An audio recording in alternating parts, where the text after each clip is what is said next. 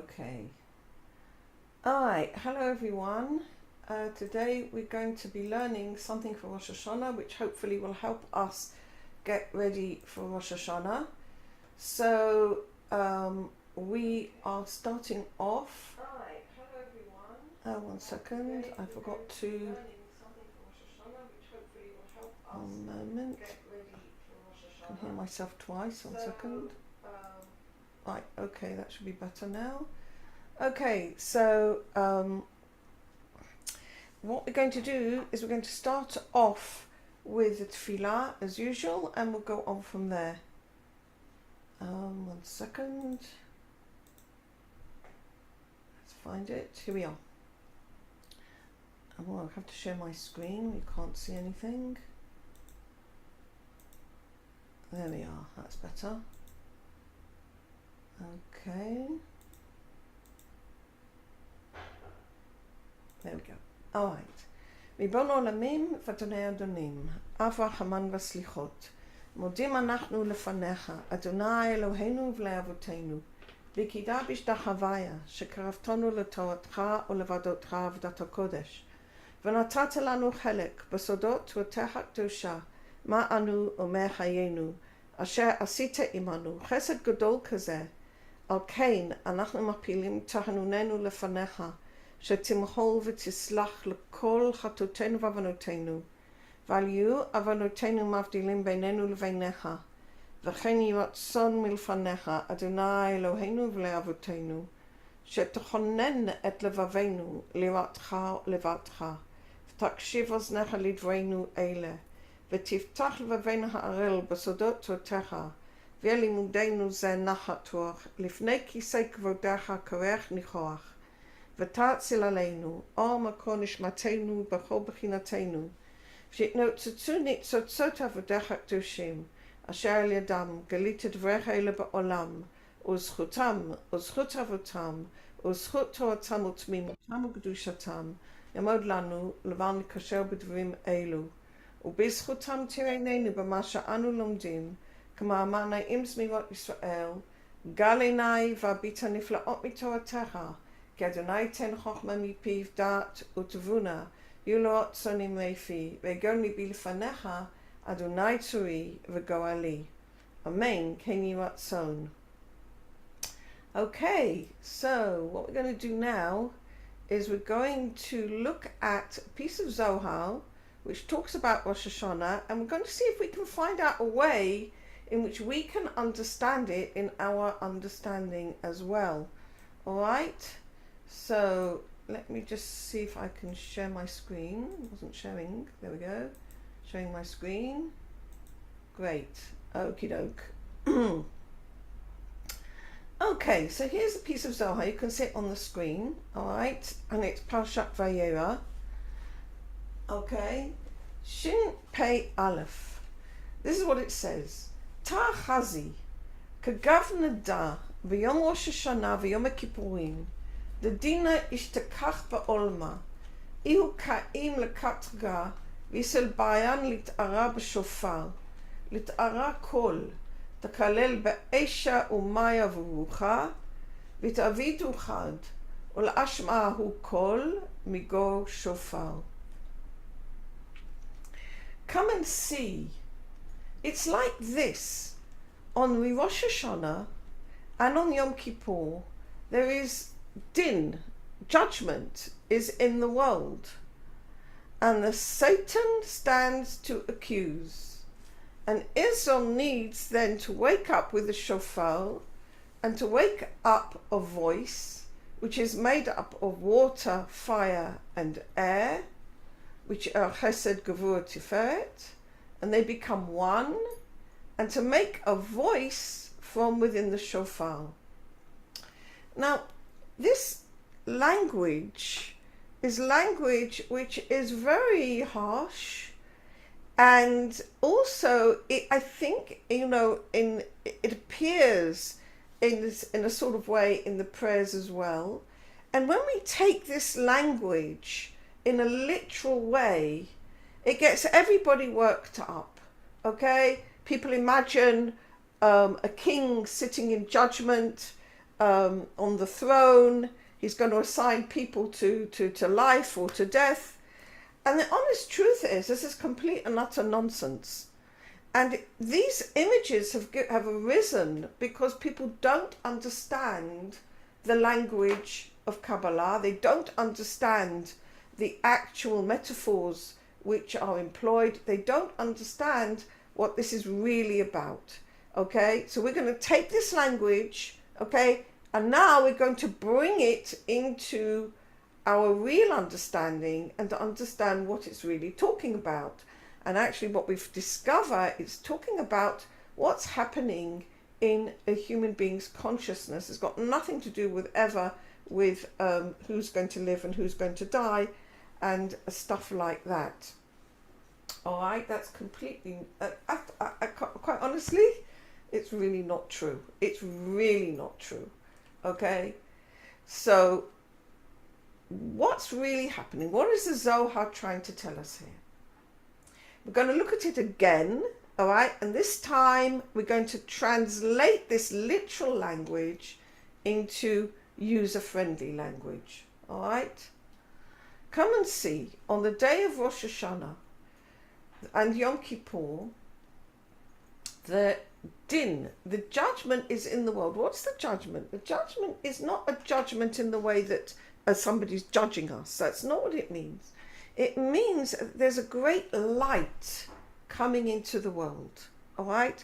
A tremendous light comes into the world, into our consciousness, into our souls. A tremendous light is coming in. And when we have a great light present, there's always a certain possibility that we might take it for our wills to receive ourselves alone. All right? That's the problem. All right? It's illuminating the fact that we tend to be light grabbers. All right? We tend to want to grab. Okay? Whether we grab light in the physical world, like physical pleasures, or whether we want to grab spiritual light, that's unfortunately or fortunately, whatever you want to look at it, that is part of our makeup. Okay? So when he's saying this judgment, it's saying, listen, there's a great big light coming into the world. Take care. All right? Take care that we don't receive it for ourselves alone. Okay? And is the expression that I will to receive for ourselves alone is used here is the Satan. There isn't a Satan out there, some devil or an angel or something, okay? All right? That's not what there is. It means the Satan is simply one of the names of the Yetzer Hara.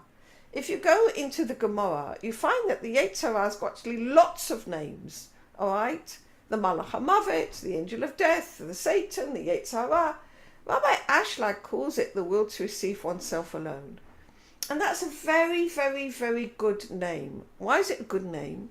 Because it's a description.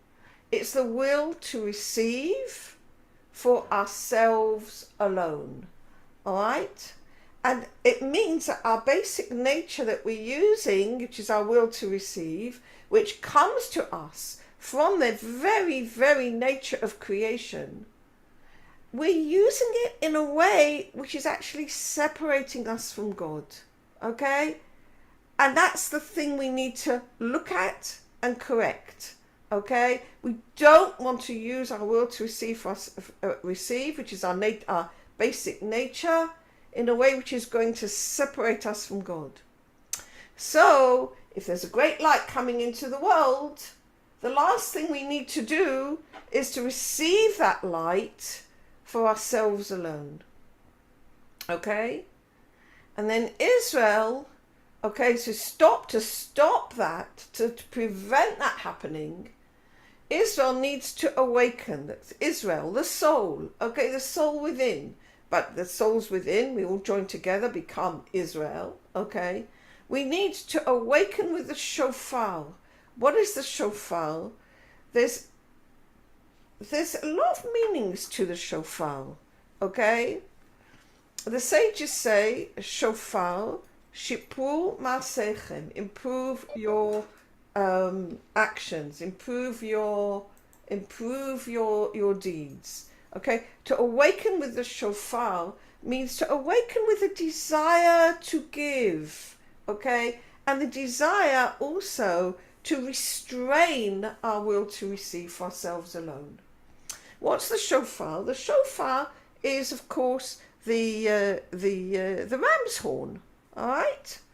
And where's the ram's horn come from? The Akedah of Yitzhak, the binding of Isaac. So Abraham took Isaac, bound him on the Mizbeach, absolutely had full intentions of offering up him as a sacrifice, okay? But thank God, of course, the ram was offered up instead. And the ram was offered up, okay? So the ram is a very, very strong animal, all right? So is our will to receive for ourselves alone very strong. And we need to bind it, okay? We need to restrain it. We need to say, no, okay? We need to say, no, we're not going to receive this great light that appears on Rosh Hashanah for ourselves alone. We're going to restrain, and we're going to instead use that energy to offer up a desire that we wish to be givers instead. So it's got the two aspects, all right? First of all, improving our deeds. That means bringing them closer to God for the sake of giving, and restraining our will to receive for ourselves alone. All right? So that's what we need to do. If a great light has come into the world and the will to receive, okay, the Satan here in this piece of Zohar is going to accuse, in other words, our will to receive is ready to, wants to receive the sweetness all for itself. No, we have to say, no, that's not what we're going to do. We're going to instead concentrate on how we can become givers, okay, and restrain from receiving. And we do that with our actual action of blowing the shofar. So blowing the shofar is the most amazing mitzvah, okay, that we've been given. We've been given this incredible opportunity by God, telling us, listen, there is this light coming into the world, and I'm telling you exactly what to do about it. Blow the shofar, okay? And this is what Rosh Hashanah is described at in the Torah. It's called Yom Teruah, a day of blowing the shofar. Okay, so this is the mitzvah of Rosh Hashanah. Okay, to come to want to come in giving and to restrain from receiving. Okay. And to waken up this voice, and so it's like to waken up this desire, to waken up the voice within us, okay, which is made up of the three lines, okay, which is chesed, water is chesed, fire is gevura, and tiferet and ruach is tiferet. So we've got water, fire, and air are chesed, gevura, tiferet, the three lines within us, okay, and they become one. We unite all our forces, bring forth this sound, bring forth this kind of like wordless prayer which goes up from the shofar. Now, we can ask the question. First of all, anybody can, call out if you've got a question. So the question we really want to ask ourselves is, why does this great light come into the world on Rosh Hashanah? Okay, why is it coming? What's happening? So the word Rosh, okay, is like the potential, all right, of any bringing forth of anything in a way. You have to think about. You have to have the vision. You have to think about what you're going to bring forth, okay. And then you can bring it forth. So Rosh Hashanah, in a way, includes within itself the potential of the whole year, which is going to unfold. All right. So the potential of the whole year. So the potential of the whole year is, of course, a great light. That's an amazing idea. All right. So this potential of the whole year. How do I want this light to come forth? How do I want to deal with it? Okay, in the year to come. So we've got the potential, is on Rosh Hashanah, and you've got the actual is the coming forth of all that sort of like encapsulated in Rosh Hashanah is coming forth in the rest of the year. All right, so you can see this the year as one spiritual entity, and the spiritual entity, all spiritual entities have a head aspect and have a body aspect. They have a potential aspect, which is the plan, which is the vision, okay? And then we have the bringing through in actual practice. So that actually comes through in the 12 months of the year. All right. Rabbi Ashlag writes like this: the 12 months of the year are the tikkun of the malchut from its beginning to its end. So the malchut, as we know, is the collective of all our individual souls. All right? So it's the tikkun of all our souls from the beginning of the year to the end of the year. And since, up till now, we haven't quite completed the whole of the tikkun of the malchut, we've still obviously got work to do, and it will only be completed ad gemara tikkun, at the end of the tikkun. Therefore, we need each year to go over the energy cycle and correct it.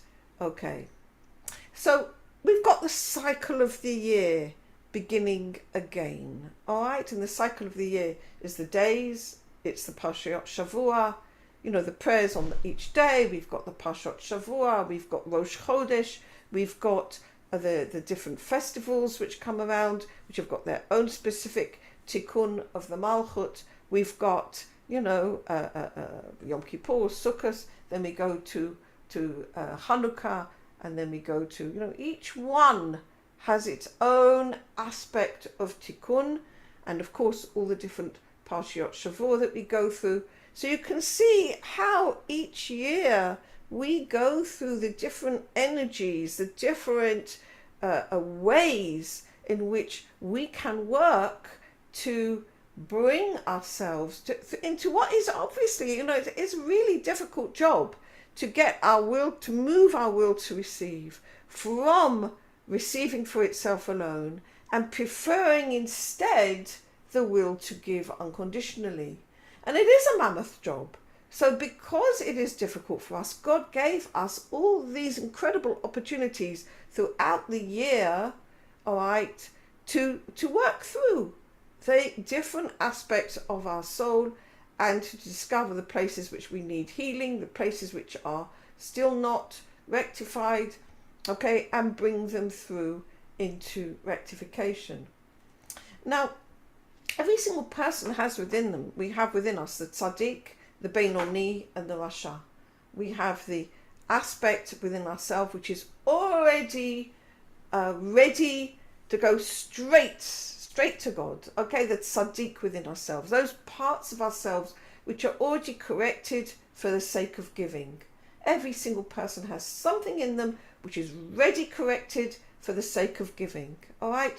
Giving for the sake of giving, receiving for the sake of giving. We've all got some aspect of ourselves which is already mature and already giving unconditionally. We have other aspects of ourselves which are not mature yet, okay, which are very immature, which are still very stuck in their wills to receive for themselves alone, okay, and those are called the Rasha within us, the wicked within us. Okay, and then we also have the Beinoni, the bits that we're not quite clear precisely where they belong.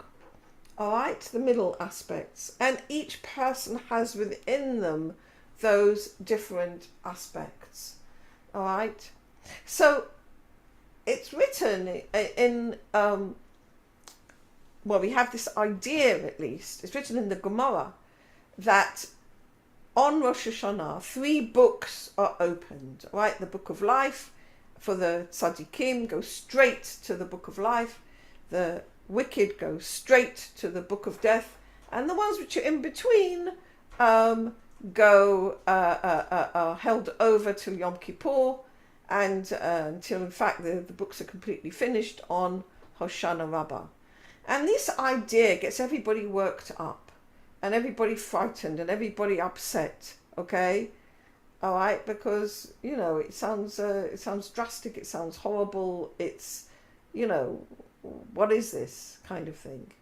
But in fact, it isn't that at all. You have to look at it as happening all within one person. This is what Rabbi Ashlag teaches us. He said, all this is inside of ourselves. We have the tzaddik within us, which we want to say, yes, straight away to the book of life. What's the book? The book is our soul. The soul is our book. We want it to be written straight away for life. What is life? Life is connection with the life of all lives. It means giving unconditionally. It means total connection, total dveikut with the life of all lives. What is the Rasha? The Rasha is our will to receive for ourselves alone. Yes, I don't want to keep that anymore. I want to let go of that. I want to let go of my wills to receive for myself alone. They're only causing me separation from my soul. They're causing me separation from my fellow human being. They're causing me separation from God. They're causing me so much problems. I'm delighted to let them go. Pop them in the book of death. I'll be delighted. Okay? I don't want them anymore. And the undecided bits is something that we need to work on, to remind ourselves we need to work on ourselves and look at where we are for the undecided bits for the between now and Yom Kippur. Okay, that's the Beinoni. All right. So Rav Ashlag takes these ideas of these books and these judgment and he says, no, it's not. It's about what's going on inside of ourselves. Okay. And therefore, every Rosh Hashanah, we start again from the beginning the tikkun of the Malchut. All right. Now, here he goes into the actual energy that comes around on Rosh Hashanah. And he says on Rosh Hashanah there's a very, very great light.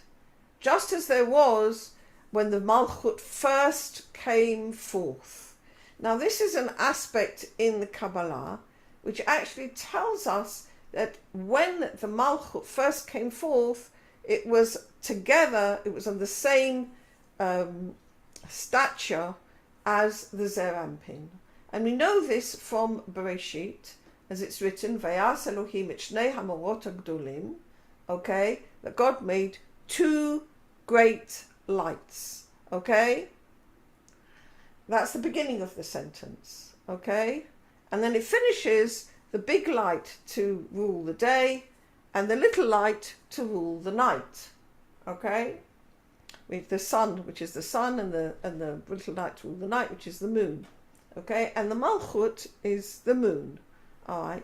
So obviously something's happened between the first part of the sentence and the second part of the sentence. All right. But be that as it may, God first created two great lights. In other words, at the very beginning, at the very first inception, that's the word I wanted, inception of the Malchut, okay, it was created with a lot of light, all right, with a tremendous amount of light. So that's great, you'd say, wonderful, what's wrong with that? Okay, perfect. But it isn't good, okay? It isn't good because it was the great light of Chokhmah, the great light of the original light of creation. And as human beings, if we are exposed to light like that, we're simply liable to receive it for ourselves alone. This is exactly what happened in the breaking of the vessels, for example. Vessels which were not prepared suddenly received a great big light and the vessels broke. What does the vessels break mean? They received it for themselves alone. And all that light, instead of being helpful, went into the klipot, made their other side, made the framework of evil greater. All right? So that's not what we want. So the Malchut says, no. That's, on the one hand, it's very nice having this great big light, but it's not good, okay? It's not good for us. I can't give such a great light to the souls who are dependent on the Malchut, because if I was to do so, they would break. It would not be good for them. Breaking means receiving for themselves alone. And therefore, there's this whole midrash about the Kitru Kalavana, that the moon complained. The moon is the Malchut. The Malchut complained. And he says 2 kings can't use 1 crown. What does it mean? It says we're both receiving the light from Bina, okay? But it's not good for me because I'm only getting the light of Chokhmah. And if I don't have the light of giving, the light of Hasadim, which is the light of loving kindness, the light of love, the light of giving, the light of giving kindness to other people and giving to God in faith, my souls who are under my charge are simply going to receive themselves alone. And this is the inner meaning of Kitur Satan. This is the accusation of the Satan. In other words, when that great light is there, the will to receive automatically wakes up and says, wow, yeah, you know. Because not only are we talking about the will to receive in physicality, but the main part of the will to receive is actually in the light which comes in spirituality. And it's very important to know that we really have to take care. I do notice in myself that I'm usually quite often very irritable on first day Rosh Hashanah morning. Okay? I notice this. I actually notice that the morning of Rosh Hashanah, I'm usually very irritable. And I want everything to be perfect and everything to be, 100%. And small things are liable to, make me feel, I want it to be right. And that is a sign of my will to receive myself alone in spirituality. And therefore it's very, very important that on Rosh Hashanah to be aware that there is a great light, and we need to be careful not to receive it for ourselves alone, but to act with rachmanos, to act with love, to act with compassion, not to get cross with other members of our family who maybe are not so into Rosh Hashanah as we are, not to get cross with the people in shul, the other people who might come to shul who are not familiar with the prayers, or might be, or not familiar with being in shul at all, okay, or the kids or whoever, and actually understand that this irritation that we're feeling is because there is a great light there, and we need to not receive it for ourselves alone. So what do we do? How do we stop this? Okay, how do we cope with it?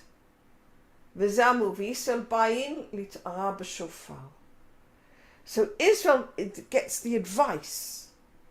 We need to come and wake up with the shofar, and to bring up this voice which is made of chesed, gevurah and tiferet, the voice of giving.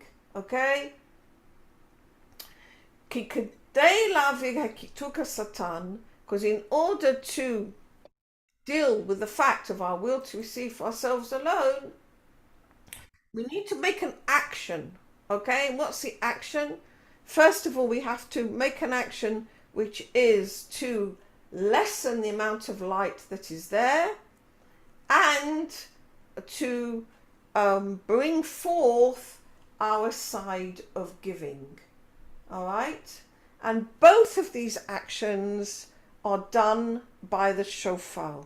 Like we said, the shofar has got the 2 actions, the 2 aspects of binding of Isaac, okay, because it comes from the ram which was used for Akedat Yitzhak.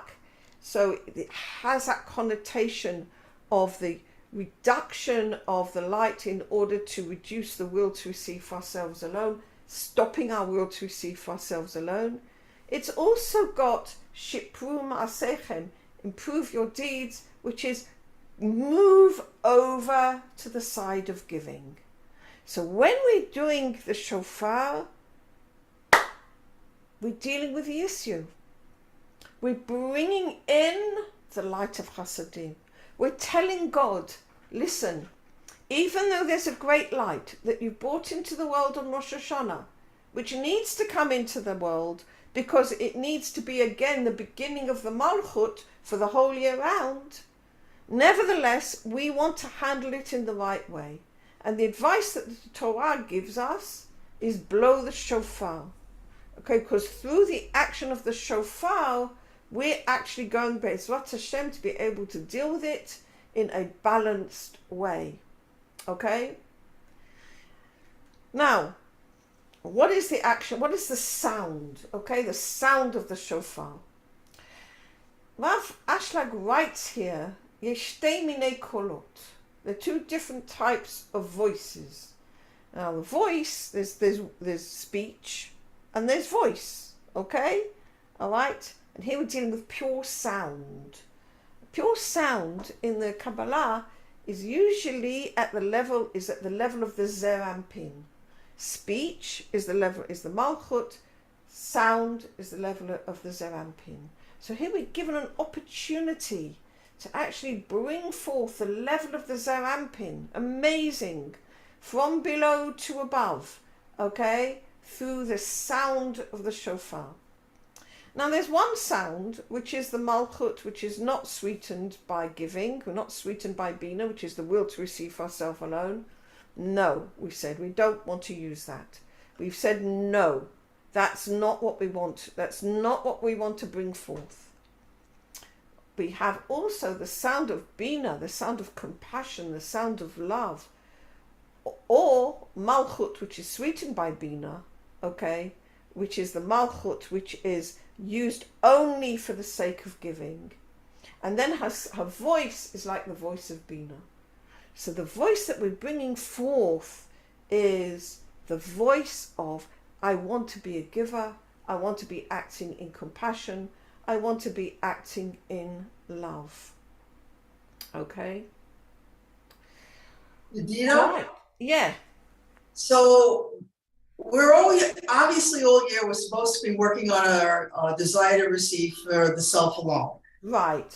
So all this is because there's light available now in the world for us to be able to get rid of it or try to control it or become more aware of it, or so what is so special about Rosh Hashanah this time of the year that we're given more power to deal with our own selfishness? You know what I'm saying? I do. I think, yes. I think what you're saying is absolutely right. Like we said, Rosh Hashanah is like the potential of the whole year. Okay? So it gives us, there is more light present.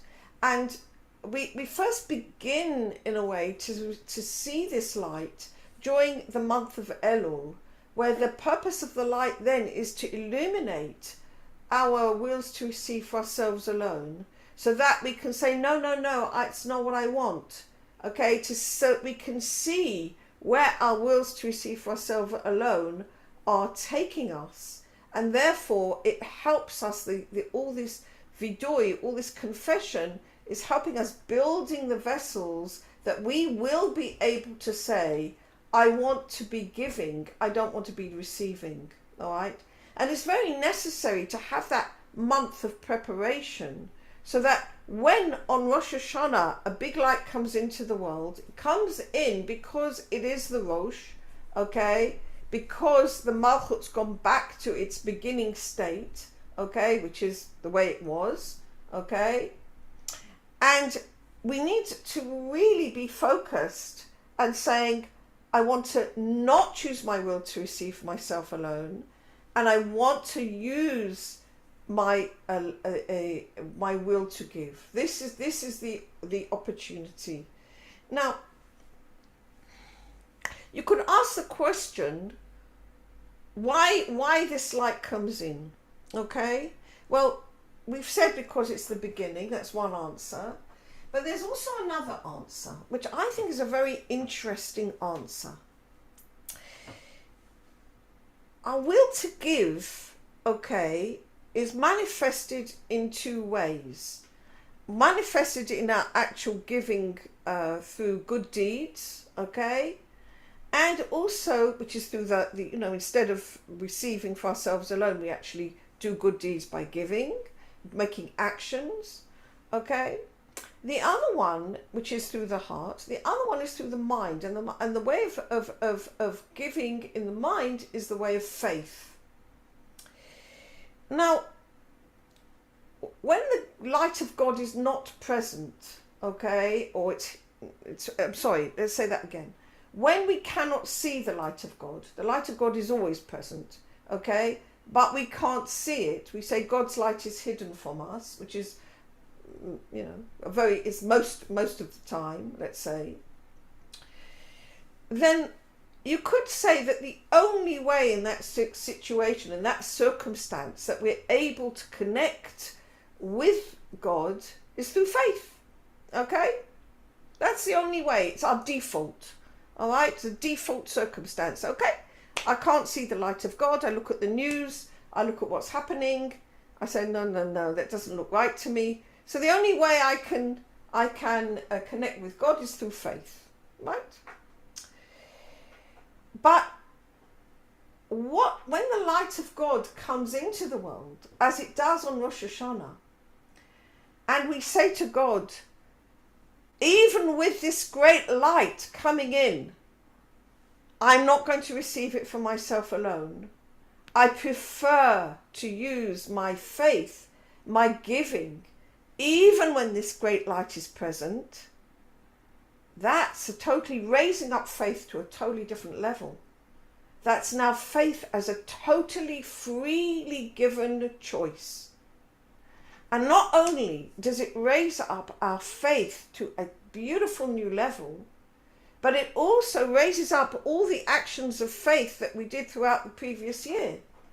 Because it says, but it's basically saying, listen, even if the light of Chokhmah, even if the great light of God had been open to me and present to me, and I'd been aware of God's presence all the time, I would still have chosen faith.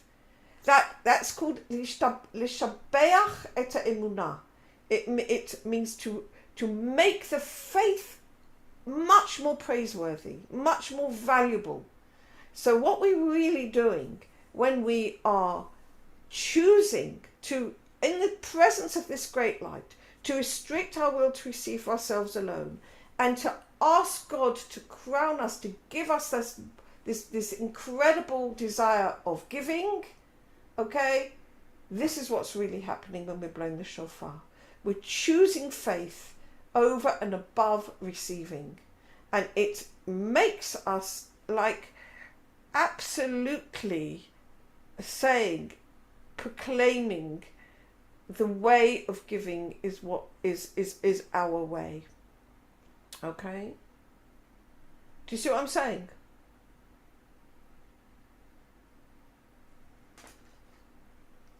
How are we manifesting that? Because prayer, or what are we doing to manifest that? Blowing the shofar. Okay, so that shows that we don't want to receive for ourselves alone, and we have faith. Yeah, this is in fact, let's go on. This is actually what the Zohar says, and I'll try and bring it forth into ordinary language because it's written in this very technical language. Okay. Ul'ashma'ahu kol migo shofar, to bring forth this voice which is in the shofar. Okay, that is bina. Bina is the desire of giving. Okay, bina is the sfira of giving unconditionally. Okay, hamechuneh shofar. Okay, shuson mahamasach dechirik, which is the inner meaning of the work that we do. It's the chirik is the vowel, which is below the vessels. Okay, in other words, the work that we do, the work that we're coming from below to above. We're giving something from below. We're making an effort from our side. All right, okay, not to receive the light for ourselves, but to make an offering, to offer up our prayers and the shofar, okay? And it comes up, and that brings through the middle line, and that unites chesed and gevurah. It unites loving kindness with gevurah, and this is really important because Yitzchak, gevurah, is also the vessels, okay, which we're dealing with on Rosh Hashanah. Rosh Hashanah is the birth of Yitzchak. Rosh Hashanah is also the anniversary of Akedat Yitzchak. So we have, with the whole dealing with Yom Kippur is Akedat Yitzchak, I apologize. But with the shofar is blown on Rosh Hashanah, which is for the Akedat Yitzchak, okay? And so we're dealing all the time with the vessels of receiving. Yitzchak is the vessels of receiving. Now Yitzchak had to correct all his vessels of receiving only for the sake of giving. So all the work that we do on Rosh Hashanah and Yom Kippur is absolutely designated to that aspect, okay? We do different things. I mean, on Rosh Hashanah we blow the shofar. During the 10 days of penitence we increase slichot, we give charity, we do as much as we can to restrain our will to receive for ourselves alone, until ultimately we get to Yom Kippur, where we go to, the ultimate of not eating, not drinking, the 5 inuyim. And we really, really, really show that what we want to do is restrain our will to receive for ourselves alone and bring through the will to give. So Rosh Hashanah is like starting a process, okay, which begins with Rosh Hashanah, then we go to Yom Kippur, and then we get to Sukkot, and really bringing through this whole process of the restraining of our will to receive for ourselves alone, and showing that what we really want is our will to give. Okay? And so the sound of the shofar, the sound is made up of the 3 lines. It says here the fire, the water, and the air. Okay, the fire, of course, is gevurah, the water is chesed, and the air is tiferet. Okay, so we bring it up through in a balanced way. All right, and it says here, there's nitma 8. This great light, great light that came through is now modified, okay, and now it's lessened.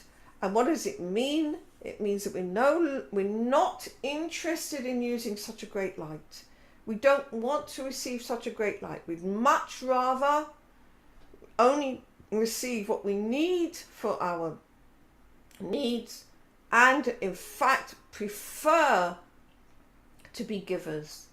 So our wills to receive are necessary because they give us our physical reality, our physical survival in this world. If we didn't have our wills to receive, we wouldn't be able to eat and drink and have children and all that, okay? But we don't need to exaggerate with them. We don't need to go into luxuries. We don't need to use our wills to receive at the expense of anybody else, okay? We need to, and all the mitzvot are there to guide us on limiting our will to receive for ourselves alone and teaching us how to be givers instead. All the Torah mitzvot is about that, okay? So this is what we're doing. This very first mitzvah of the year of the shofar is absolutely proclaiming that we want to let go of our will to receive for ourselves alone. We don't want to go into a place where we're going to end up separated from God, okay? And we're choosing the way of giving instead. And this is by the sound of the shofar. And when we blow the shofar, okay, then the judgment, like we say, it moves into mercy, all right? So again, it's this language of judgment is not judgment, like we think about it, it's actually the will to, it's letting go of the will to receive and coming into the world to give, the idea of giving. All right? Shin Pei Bet. I think that's about as best as I can manage, Rachel. I mean, it's, you know, I hope That's good to me. all right then. Okay. Vahu kol salka adata de karsia de dina yatva ubatashpa vasalka kevan de mata hai kol mitata kol diyakov it kain la ela v'kodesh pochu it arachamei the hag gavna disel mitare letata kol chad kalil be'esha v'rucha maya the nafke kahada migo shofar hachinami it ar le'ela shofar והוא called כליל באשה ומאיה ורוחי תתקן ונפק דם מתתה ודם מאלה ותתקן עולמה ורחמי השתכחו. Wonderful. This is where we wanted to get to. Okay? So this sound, okay, this inner sound, this inner yearning that we have, okay, goes up. Okay? And it goes up. Alright? And the language again is language of which we find in the prayer books, okay? But we need to understand it goes up to that consciousness of that great light, okay, which is the throne of judgment, the chair of judgment, the throne of judgment. But it like I say, it's you need to look at it in terms of consciousness. Well, to that consciousness of where that great light is, umakeba. And hits it, okay? That sound hits there. And what does it do? It moves the Malchut from receiving this great light to receiving, to wanting love and kindness instead, to the throne of compassion, okay? So this is what actually happens. The effect of the shofar is to lessen this great light. Says it gives it, like it puts a barrier. It says it hits it. What does hit mean? Hitting means I don't agree. When you have two opposing opinions in spirituality, it's called they hit each other. All right. So this great light wants to is present, okay, and we say no, we don't want it. We much prefer to be givers. We much prefer to be giving. We don't want to receive even the great light. We don't want to receive it because it's better for us to be givers than to be receivers. Because if we were to receive this great light, we would receive it for ourselves alone, and we don't want to do that. So this is the inner meaning of God moving from the throne of judgment, where this great light is to the throne of mercy. And it isn't really God moving, it's us moving. We are moving from receiving a great light, but for ourselves alone, and moving over to rachamim, moving over to giving. Okay? And how do we do it? First we do it, we blow the shofar. Okay? When we blow the shofar below, then an equivalent shofar is blown in the spiritual worlds. What's the spiritual worlds? A higher consciousness. All right? So how does it manifest in physicality? So the power of blowing the shofar is the fire, okay? You know, you need power for that, okay? All right? Okay? And the voice itself is made by the air, so the gevura is the power, and the air goes through the shofar. And it takes with it sweat and water vapor, and that's the chesed.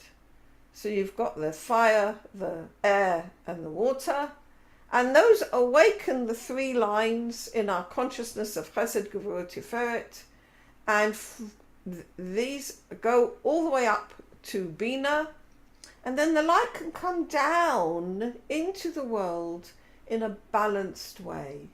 And from bina, which is the compassion and love, God gives us the desire to be compassionate and loving throughout the year. That from the Bina, from the desire, from us saying, this is the desire we want. We want to be able to be givers, and then God gives us the desire to give, okay, unconditionally, all right, and that light comes from Bina to the Zerampin and finally to the Malchut, okay, because and the Malchut is now not receiving directly in this big light from the Bina, but it's receiving through the Zerampin, which is much more balanced for us, okay. So this voice, which is made up of fire and water and air, is now rectified. And the voice is, we've said that, okay.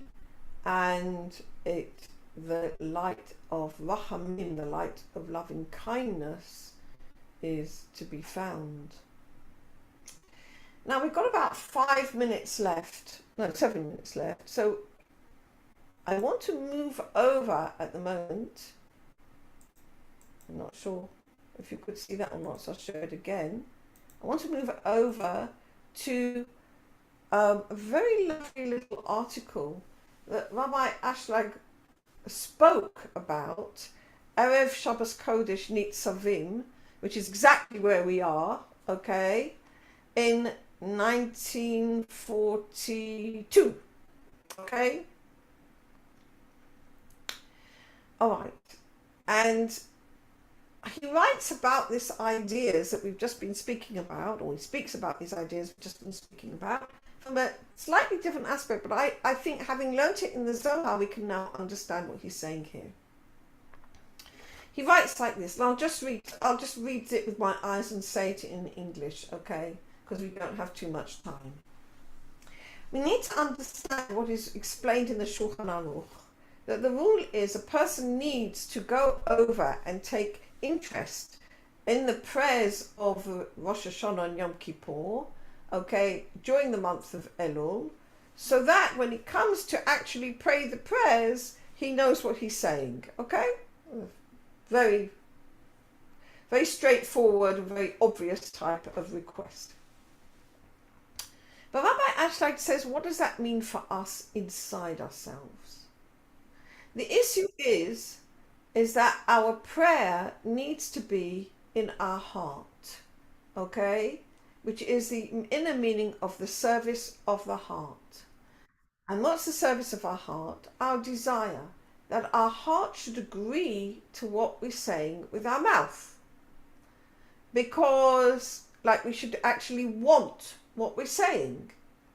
Because if we don't want what we're actually saying, well, that would be a type of hypocrisy. Okay, when we're saying something with our mouth and we don't actually want it, or we're not actually agreeing with it in our heart. And therefore, in the month of Elul, a person needs to actually really get himself accustomed with what's really a work on him, a really big work, that he's able to say, write us in the book of life with a full heart. Okay? That is when he says, write us in the book of life, Kotvenu l'chaim, melech hafetz b'chaim, okay, shegam halev yaskim, that this is really what we want, okay? So we've talked about letting go of our will to receive for ourselves alone, and wanting to become givers, and we need to think about it before Rosh Hashanah, to say, can I sign up to it? Can I really do it? Is this what I really want? And to really think about it, okay? And to say, this is what I would like. And to really, really see that we want to let go of our will to receive for ourselves alone, and we want to become giving unconditionally.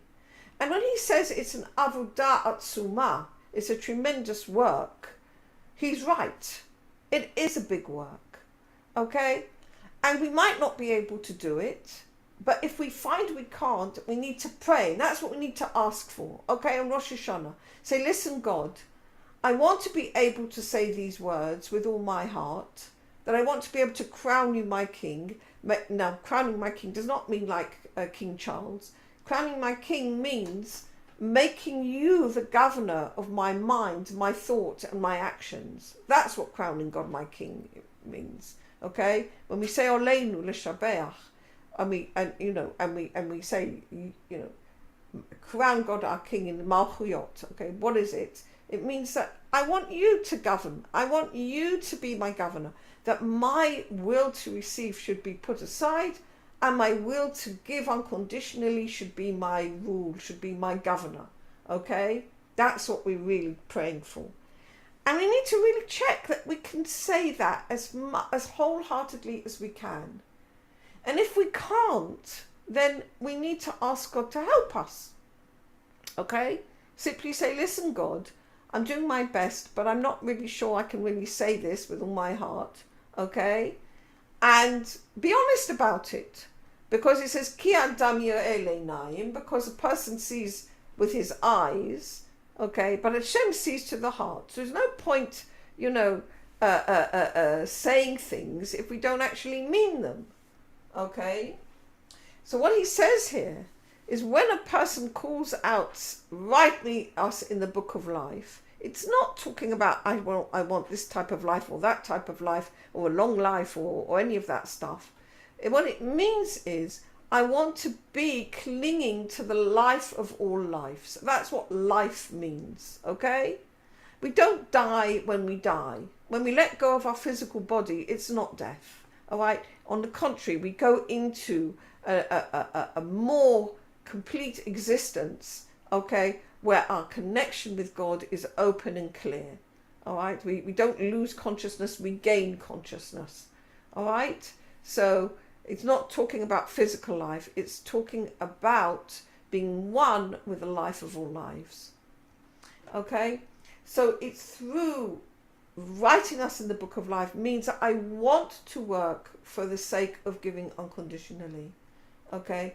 And that I want to let go of my will to receive myself alone. And of course, it's not an easy thing to say. You've got to think about it, because it might be that when he says such a thing, he says, it might be worrying to him. In fact, Rabbi Ashlag goes on to discuss this question. What does it feel like to actually say a prayer like that, and to actually mean it? Okay. And in fact, what happens at this point is often our will to receive for ourselves alone gets very concerned and very worried and tries to paint the worst possible black pictures inside of ourselves with all sorts of how we're going to lose this and we're going to lose that, and how we're going to manage if I don't have my will to receive myself alone, and maybe I'll lose my friends, and maybe I'll lose my possessions, and maybe I'll lose feeling happy in my life.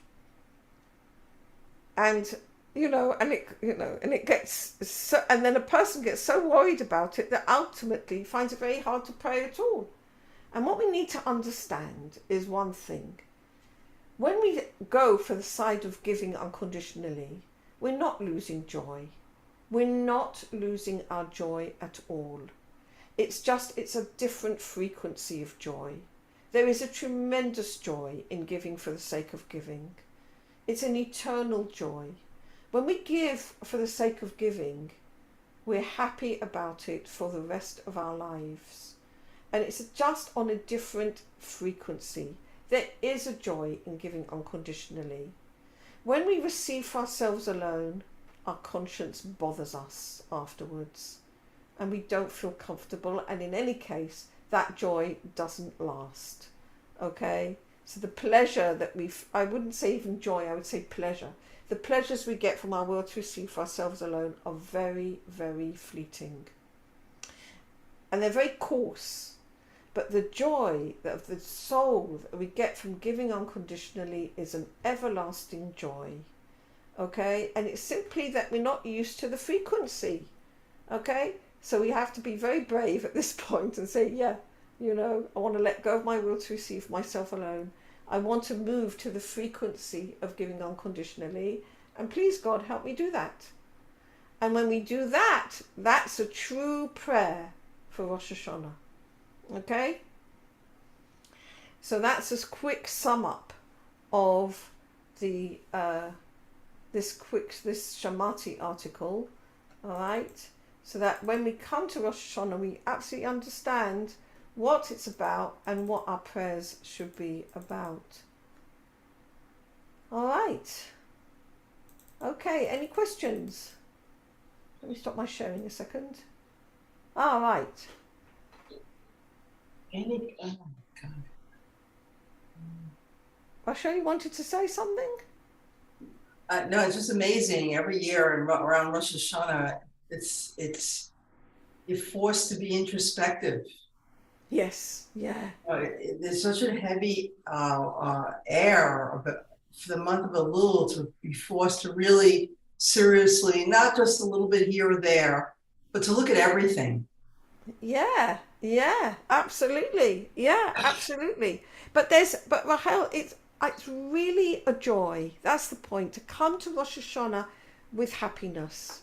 It's really a very happy simcha. It's a very happy festival. And I think, to do these, simanim, and to do, to make it happy, that we're given this opportunity of letting go of the old and coming into the new and having the new vision, of how we want to be in the year ahead, on a much better, more closer connection with God, a better connection with our fellow human beings, a better connection with our spouses, a better connection with our families. It's a really a wonderful opportunity. It's a wonderful opportunity to really go into it with confidence and love and confidence that, we're doing it all together as Am Yisrael, and it makes such a difference. Such a difference. And we all get high on all the sweets that we eat. Yeah. Everything's sweet and everything. Yeah, I know, it is a joyful holiday. That's right. And it's true, the symbols are important, okay? Because they help us connect in a happy way to this incredible opportunity to have a new vision of going forwards. Thank you. You're very, very, very welcome. Thank you for being. So have a lovely Shabbat and a Shana Tova Mutuka to all you, to everybody, and to Am Yisrael, and to all of us. Okay? Thank you. Yep. You too. Shana Tova and good health. Shabbat Shalom. Shabbat Shalom. Shabbat Shalom. Hello. So you're muted, darlings. I can't hear what you said. I just said Shana Tova and thank you so much, and I'll see you soon, my dear. Oh, Maine. Lovely. Looking forward. And you encapsulated so well what I've been thinking about the whole Elul, and yes, we halavai niske, but it's a work in progress. This is a work in progress. Absolutely. It really is, and we should always be able to take stock of what we've accomplished and then use the energy to forge forward. Amen. I think that's what it's all about. So Yesher Koach and Chag Sameach and Shana Tova to everybody, and Be'ezrat Hashem, we'll be reunited in the Holy Land soon. Amen. Amen. Amen. Amen.